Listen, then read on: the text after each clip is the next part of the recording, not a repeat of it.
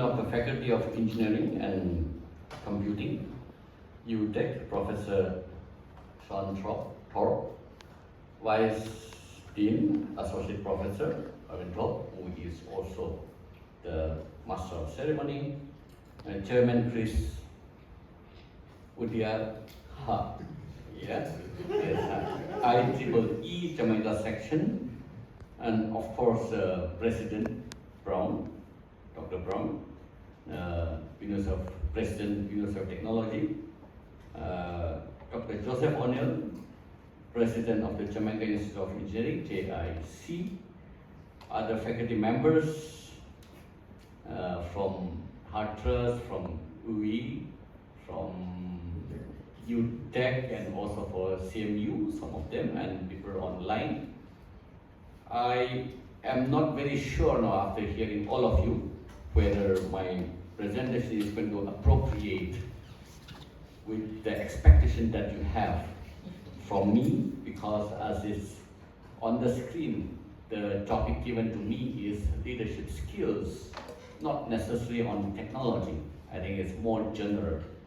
And the audience I expect was students, not leaders. And I see only leaders here, so I don't know how I should reorient my presentation. But students are there, online are there, and I think that's a consolation. Otherwise, a person like me, who are trained to speak from the prepared text, the script, it's very difficult. We are very uncreative people, you know, and very dry. And once you are stuck, you are stuck. So I'm happy that there are students present here as well as online, and we'll just try to address some of the few things that I have prepared. I will come to the scholarship part maybe during the question and answer session, or if we have time. But definitely I'll speak on that. But let's go ahead with the presentation that I have for you this afternoon. I'll just go to the, just before I go there, anyone who is not a leader here, among the students, let me ask, not the professors, not the university faculty members, but starting from the youngest one in the audience, anyone who is not a leader. I can understand she raising, he also raising here. And then my friend sitting here is also raising his hand and he is not a leader. You tell me, now I'm just getting into that, sorry. Now, who said you are not a leader? You will start from the youngest one. Who said you are not a leader? Who said? Or why do you think that you are not a leader? Because I don't have the characteristics of a leader. You don't have the characteristics. Who said that? That's very interesting. Myself. Yourself, okay. That's good. Nobody said say, no? I think that you have a lot of it. So how about you? I think I'm just very interested. My manager says I'm not, so... Sorry? I'm a Python programmer, so my manager tells me I'm not a leader, and it's the right code. Okay. Okay. Let me ask you one thing. You have a family, I'm sure. Yeah. At home? Yeah. You have kids? Nieces and nephews, yeah. You have your younger brothers, younger ones, children. Who lead? They lead you or you lead them when you're at home? They lead you. You still take instructions from them at home. No. At workplace it's understandable because your manager tells you what to do and you do it. That's okay. But one is not exclusively leader all the time. One is not follower exclusively all the time. But I'm talking of a leader in general. So when you say that you are not a leader, that includes at home, that includes with your friends, that includes when you are going around with the children, still the children will lead you. Role switch. Role switch. Yeah. Then you are a leader there. Yeah. So let me come to this first slide, which says that leadership is really not about position. Leadership is not really about position. You don't have to be a politician. You don't have to be even a 4-star general to be a leader. You don't have to be even a CEO. For that matter, you don't have to be even the president of UTECH to be a leader. Everyone is leader in one way or the other. Do you agree with me now? So who is not a leader here now? Who is not a leader? I saw a few hands, the two hands going up now, it's no more up there. So let's agree. She was saying that because I don't have the confidence, but no one is telling you. But it's us. Maybe I'm not a leader. But everyone is born with that somewhat leadership quality. You are a leader in one way or the other. If I'm going with my younger brother, who is maybe 6 years younger than me, I don't take instruction from him, maybe after he grows up. But if I am 10 years and he is 4, I don't take instruction from the 4-year-old child. I know by age what is good for him, what is good for me. So I lead. So you are a leader in that sense. I will come to that later on. But we are all leaders in one way or the other. Leadership is not like chemistry formula. So complex is given there. It is not like chemistry formula. It's not. It's simple. It's very simple. And the sense of leadership in society, it goes back to several centuries. It does not start today. Okay? And we move on to the models of leadership. How many models are there in the world? As soon as you click the Google, in the first 38 seconds or 30 seconds, how many came up? More than 2 billion models of leadership. I tried this, and UTECH gave me just 10 days to prepare my presentation. And do you think that I have the time to go through this more than 2 billion models of leadership? Since time immemorial, people have been really struggling, really making research into it, trying to discover which is the best method of leadership. And everyone just hit upon something, but not on all things. And they get somewhere or the other, But exactly what it is very difficult. And I am not a motivational or leadership speaker. But for me to come up with a concise 30 minutes presentation on leadership, it becomes even more daunting. So I think and what happens? When you are looking for this leadership, now students here, you go and check the leadership definition. If there are more than 1 million, let's forget about 1 billion. If there are just 1 million or even 1,000 models of leadership, where do you get to? In search of these models of leadership, you just bury yourself, you don't know where it is, and which one is good, which one is bad, which one is applicable to you, which one is not applicable to you. You get completely lost. That's how it's in the stack of books. You don't know which book to pull out. You don't know which is applicable to you. You really don't know how and when and where to draw that inspiration or motivation from. It's difficult, right? But then, I think that does not necessarily reduce my 30 minutes presentation to naught or nothing. I think we should pick up something out of this. So if you look at that, I said, since time immemorial, there has been models of leadership, right? So let's go back to 6th century BC. Now Sun Tzu says something about leadership. It says the general who advances without coveting and who retreats without fearing disgrace, whose only thought is to protect his country and do good service to his sovereignty, is the jewels of the kingdom. What does it mean? It is simple, it is given there. A leader advances without coveting, right? A leader is dispassionate or passionate and also retreats without fearing disgrace. What does it mean? Without fearing failure. Without fearing to make course correction. I think that is the trait of a great leader. It's in 6th century BC. You talk of, not of just 19th or the 20th century, but it's a 6th century BC. You look at the wisdom of what this great man has said. If you move on in the 1st century BC, the Roman statesman Cicero had said that leaders could only deliver results through other people. Leaders can deliver results through other people. So a leader needs a follower. Leader needs people to lead, right? So in the first century, he says that the first century we are all Christians. How many are Christians here? Mostly Christians, right? So you take the example of Christians. He was God, but he lived as man, and he demonstrated the best leadership quality when he was on earth. What is that?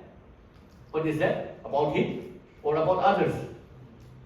About him or about others? About others. Leadership is about others, not for them, right?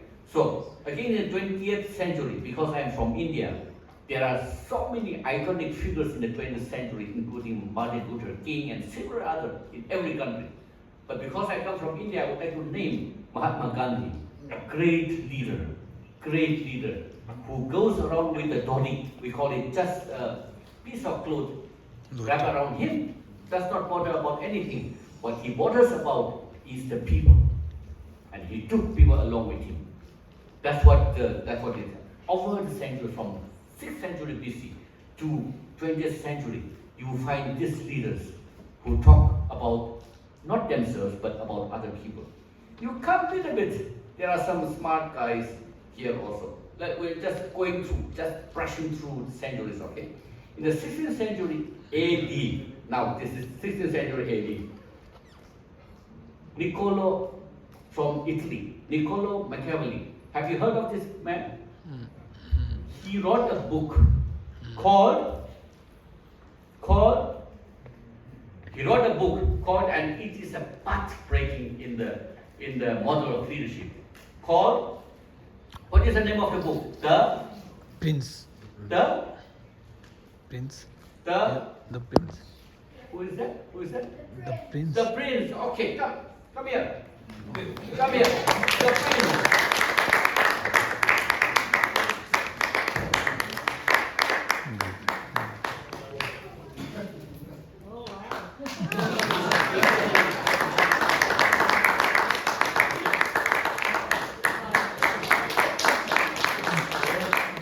He wrote a book called The Prince, but don't follow this book because of this book. He says, I'm just summarizing. Machiavelli said it's all about me, not about others, and he wants to hold power at any cost, by hooks or by crook, by craft or anything, you know. And today, because of his leadership philosophy, today we are still cleaning up and clearing up the mess. He begets leadership like him because people who are selfish, who think about themselves, would like to emulate him. And he creates mess and mess and mess and mess, and good people keep cleaning up. Come to this 20th century, Frederick Taylor. When I was a public administration student in the college, I studied about him. He came up with the scientific management theory. Are you aware of that? Scientific management theory. Yes, right? Yeah. What does he say? Don't bother about people. Standardize the work production. You are just a cog in a machine. And you standardize it, mechanically you work. What is important is maximum production. What happens?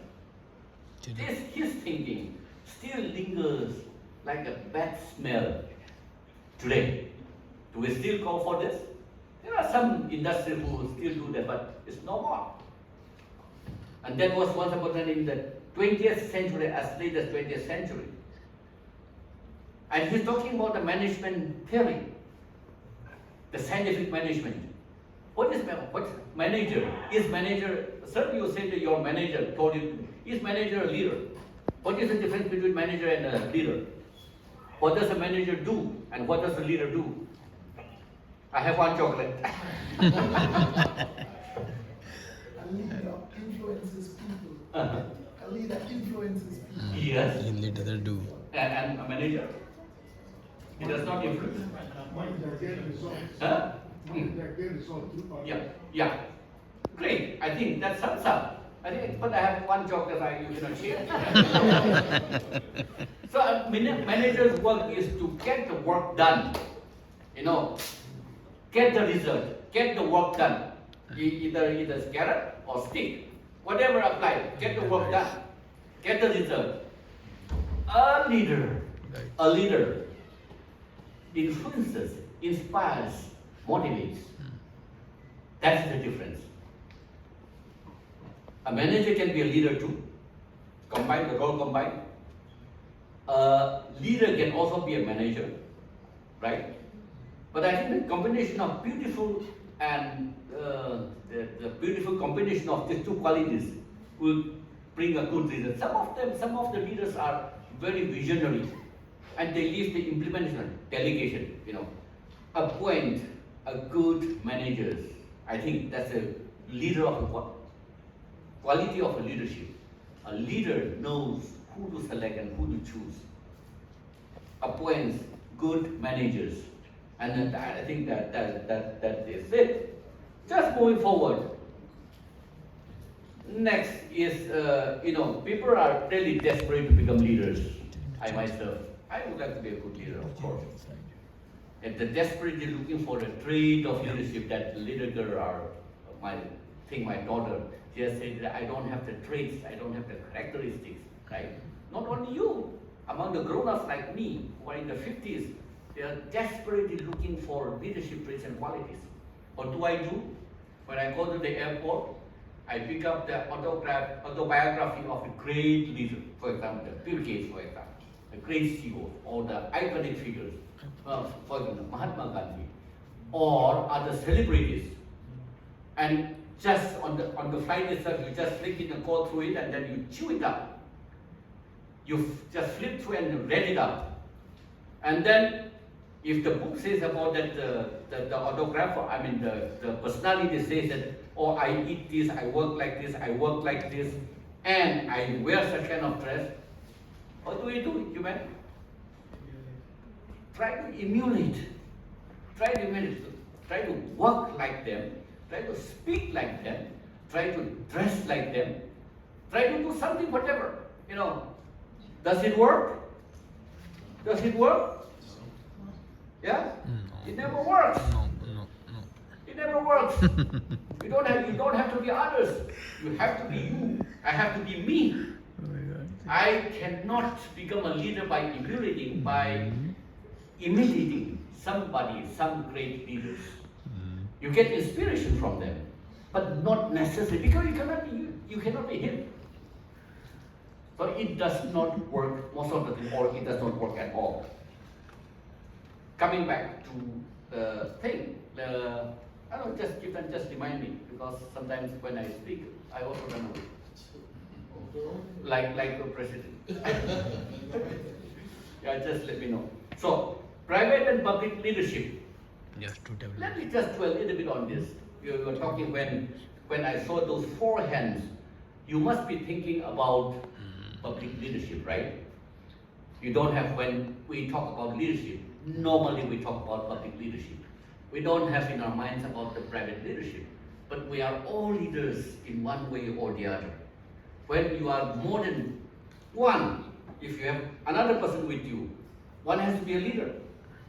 If you are alone, of course you are on your own, you cannot be a leader there. But if you are more than one, the moment you become 2 people, then one has to be a leader there. At least somebody has to influence the other one to do certain things. So in our private life, be it at home, among friend circle, or anywhere in a small group of people, among friend circle, there is always a leader. So that is a private leader. And of course the public leader, again, I take the image of my Prime Minister here, the great public leader. I would have put your Prime Minister, the most honorable and honest, but I thought I would just put my Prime Minister's image here. So what does he do? What is the relation between these two? If you are a private leader, can you become a public leader? If you are a public leader, are you also a private leader? Are you both? Can you be both? Yes, I think. But there are also your leaders, right? But you are not talking of absolute terms. Either you are a leader or you are not. You are talking of private leaders or public leaders. Even in public leadership also, there are bad leaders, good leaders. Yeah. So some way or the other, you are all leaders. Now, if you are not a good private leader, if in your private life, among the small circle of people, if you cannot set an example, if you don't have that integrity, that people are induced or are motivated to follow you, and you suddenly become a public leader, maybe through some muscle power or maybe through money, then what happens to that man? What happens to that man? What happens to that man? You lose your position. Huh? You lose your leadership. You lose respect. Lose your leadership? Not all the time. Or respect. But of your followers. respect, who cares about respect if you are a great man? Those people don't care about respect at all. Whether you become self-respect or not, who has the thickest skin? Which profession? They say politicians. You need to have an exceptionally thick skin to become a politician. So where is the care for self-respect here? Not at all, as long as you occupy the position. But the possibility of misusing your power is very high. If you are not a good private leader, if you are not a good leader in the private, even at home, when you become a leader in the public, the possibility of misusing your power is much more there. But if you are a good leader at home, if you have that trait, that values, that thinking about others, not for yourself, I think then when you become a public servant or I say servant here, the servant leadership that you talk about, then the possibility of misusing power is much less if you are a good leader in a private circle. Power comes when you are a private leader, and when you become public leader, you have a lot of power, right? Especially when you become a public leader like a politician or minister or prime minister. The leader thing that I learned from Spider-Man, the film Spider-Man. You seen Spider-Man? Huh? Who was the first Spider-Man actor there? The star, Peter Parker. We call it Peter Parker, right? After that, whichever other characters came to act as a Spider-Man, we don't enjoy anymore because for me, I identify Spider-Man as Peter Parker. Any other character comes in there, don't enjoy anymore so much, right? But what does he say that his grandma said? That yeah, chocolate.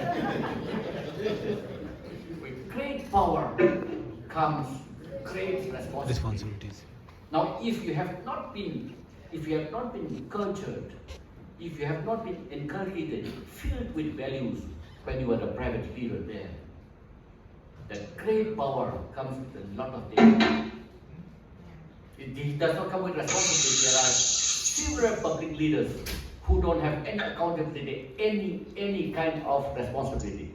They just throw out the rules, they just throw out the ethics, they just throw out all other things through the window. So that's the problem. No, right? In the video. Next is next slide. So private and public leadership. Next, I just want to dwell on this a little bit. Lead by not leading. Who can do this? A good leader will do this. Lead by not leading. Have you heard of this term? Yes. Lead by not leading? Or you've come down to the leaders don't always lead from the front. If you see that photo there, a shepherd does not go in the front, you go in the back. So what is lead by not leading? Can you give an example?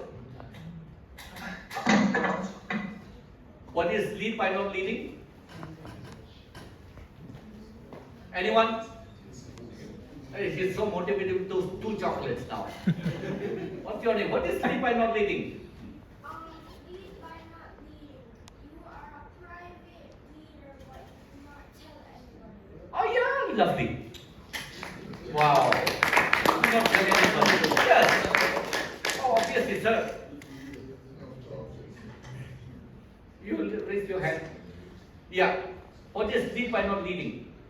You allow others to lead, and you also ensure that those in front of you, you take care of them, and you watch to Lovely. make sure that nobody falls. I should be speaking here. You guys should be speaking here. You know everything. That's lovely, actually. When you let other people lead, what happens? You create followers or you create leaders? You create leaders. That's the quality of a great leader. You lead by not leading. In the geopolitical strategy, when I was in Indonesia, I was posted there. They have this term very strongly used and very in the political balance of that region called ASEAN. Indonesia is one of the biggest, in fact, the biggest country in that region of the 11, 12 ASEAN countries. And whatever they do, the neighbors would look with suspicion. You know, big brother, or he's trying to bully, or it's going to be benefiting Indonesia only, not us. So what does Indonesia do? They follow this policy. They lead by not leading. They put someone else, the smaller countries, to do. And they support from the back. And that is successful. That is more acceptable. You are carrying your agenda out. You are not, it's not about you, right? It's about the agenda, the policy that you are going to implement, which is good for your country, which is good for that region. But if there is no acceptance in the region, how do you do it? You want to show your power. You want to show that you are a big nation. But if there is no follower, if your plan, your program is not implemented in that region, including your own country, what is the use of that great plan? It does not happen. So what they do is, they lead by not leading. Let other people do it. Jamaica, for example, in this region, small island country, but you are a bigger island country than your neighboring countries. Follow this. When Jamaica says something, must be something that they're going to gain out of this. You know, that the Barbados, for example, the Bahamas and Trinidad and Tobago, Guyana, in terms of population, in terms of your GDP, they are the smaller ones, but whenever you say something, Prime Minister says something in Caricom, for example, they look you at with suspicion.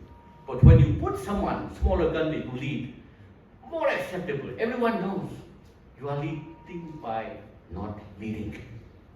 And in that process, you create leadership.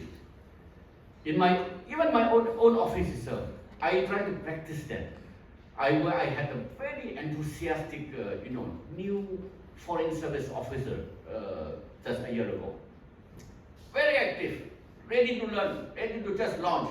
Okay, you do it, do everything. I'm sitting back, let me play golf.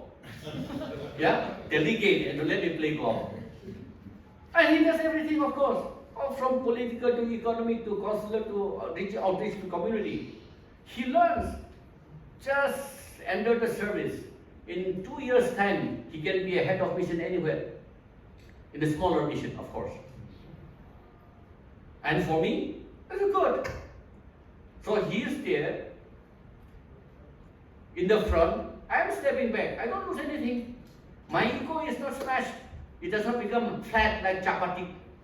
Because he is leading my just junior guy is leading, I don't lose anything. But in that process, the leadership quality is earned and created very early. I don't mean to say that I'm a good leader, okay? I'm not just bad myself. But I think that's how it is. I think that's how it is. And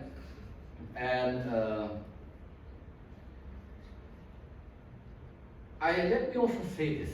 Let me also say this.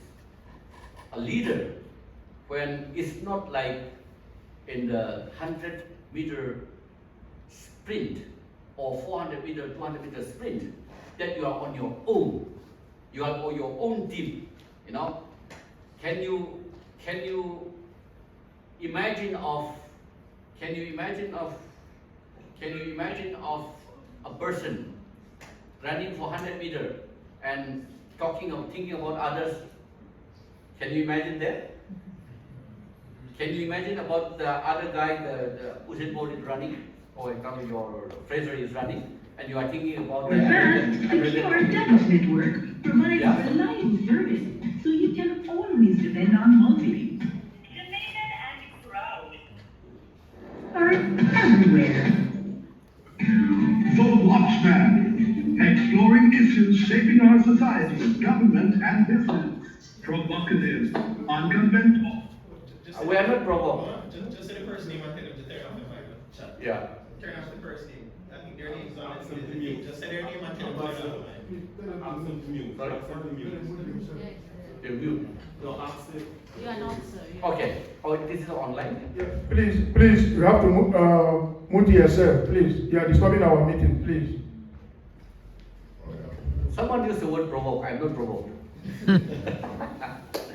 Anyway, when you are on your mark, get set, and it's 100-meter sprint. Go! You don't look at anyone, right? You don't look at anyone because your target is that 100-meter, that finishing line. But for a leader, what is it? On your mark, get set, and before you go, turn around, whom you can take with you. It's not by reaching there first that you are a leader. That's an entirely individual game competition. Right? Leaders.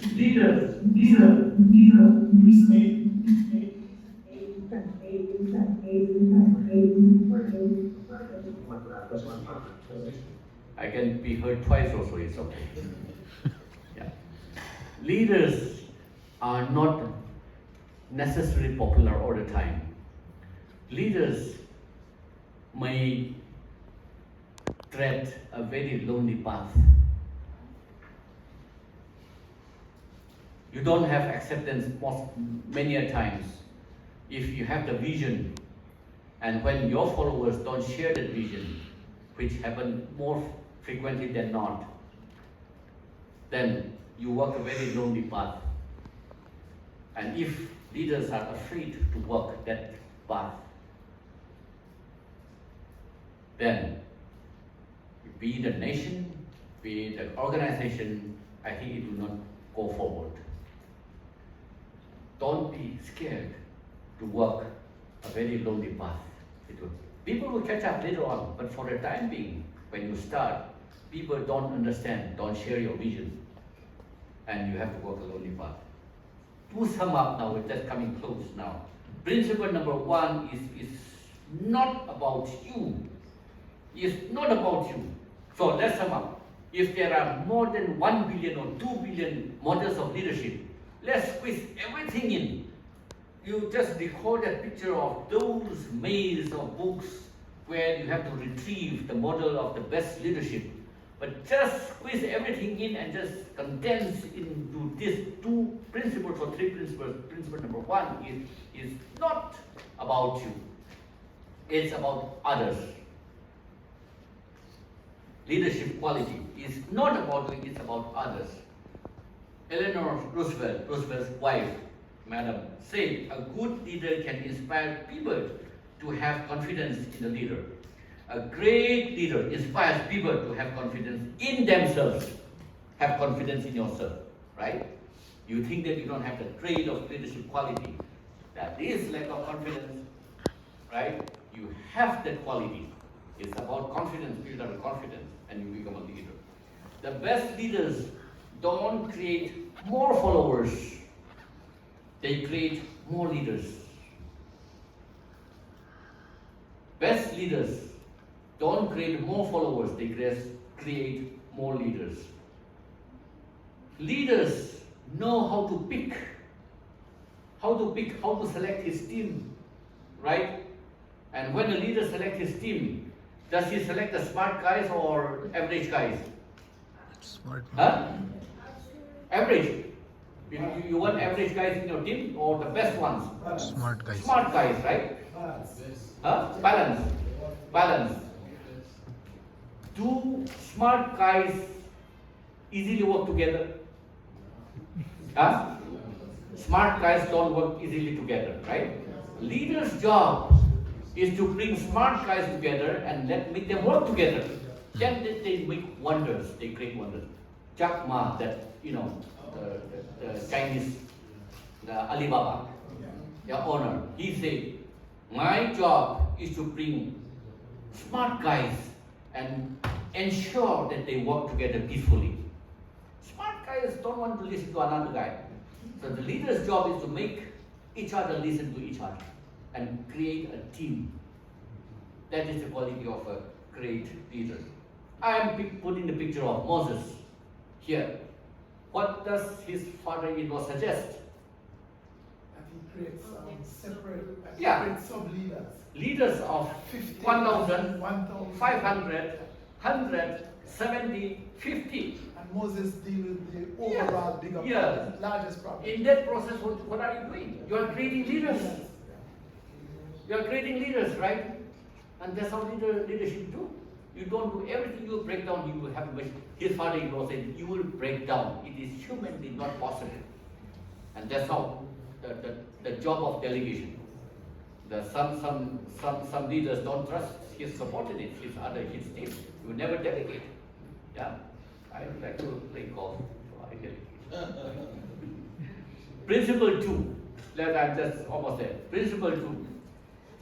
It's all about you. I just said it's not about you at all. Now we say it's all about you. What do I mean by this? Am I contradicting myself?